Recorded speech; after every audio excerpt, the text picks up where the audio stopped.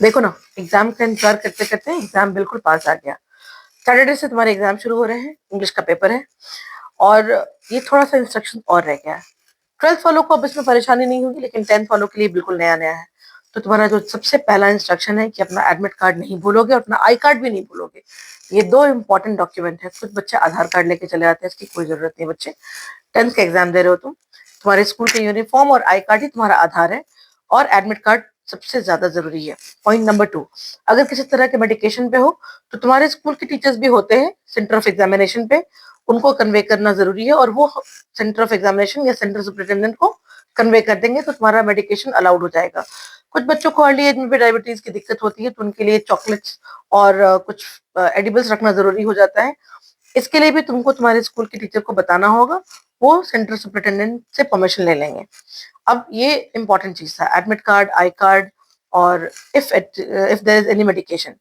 इसके अलावा तुम्हारे साथ ले जाने वाली चीजें हैं तुम्हारा pouch, pen pencil, colours, etcetera etcetera. Pouch should be transparent, blue black colour की पेन होनी चाहिए, ब्लू या ब्लैक।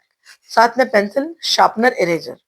शार्पनर और इरेजर के कवर तुम हटा दोगे। किसी भी तरह का पेपर, किसी भी तरह का paper, I repeat, not even currencies और coins are allowed on the examination centre. तो इस बात का खास ध्यान रहे कि तुम किसी तरह का करेंसी नहीं कैरी कर रहे हो, तुम किसी तरह का कॉइन्स नहीं कैरी कर रहे हो। फिर बहुत सारे बच्चे बहुत सारा कलर्स लेके आते हैं, इसकी जरूरत नहीं होती है हर रोज। इंग्लिश, हिंदी और सोशल साइंस के दिनों में डायग्राम में इसकी जरूरत पड़ती है, तो या तो तुम्हें कलर्ड पेंसिल ही अलाउड है। क्रेयॉन्स भी ले जा सकते हो, लेकिन क्रेयॉन से बेटर हमेशा कलर्ड पेंसिल होता है। अब इसके बाद है कि तुम्हें घड़ी नहीं लगानी है, आई मीन स्मार्ट वॉच नहीं लगाना है। फिर अननेसेसरी कोई एक्सेसरीज नहीं डालना है, हाथों में कोई मेटल का कड़ा या ऐसी कोई चीज नहीं होनी चाहिए। अनफेयर मीन्स तो तुम्हें खैर अपनाना ही नहीं, तो उसके बारे में सोचना भी मत, क्योंकि जबरदस्त वाली फ्रिस्किंग होती है किसी भी एग्जामिनेशन सेंटर पे। और उसके बाद आता है पानी का बॉटल। तो पानी का बॉटल बहुत सारे बच्चे कंफ्यूज कर जाते हैं, उनको ट्रांसपेरेंट और ट्रांसल्यूसेंट में समझ ही नहीं आता।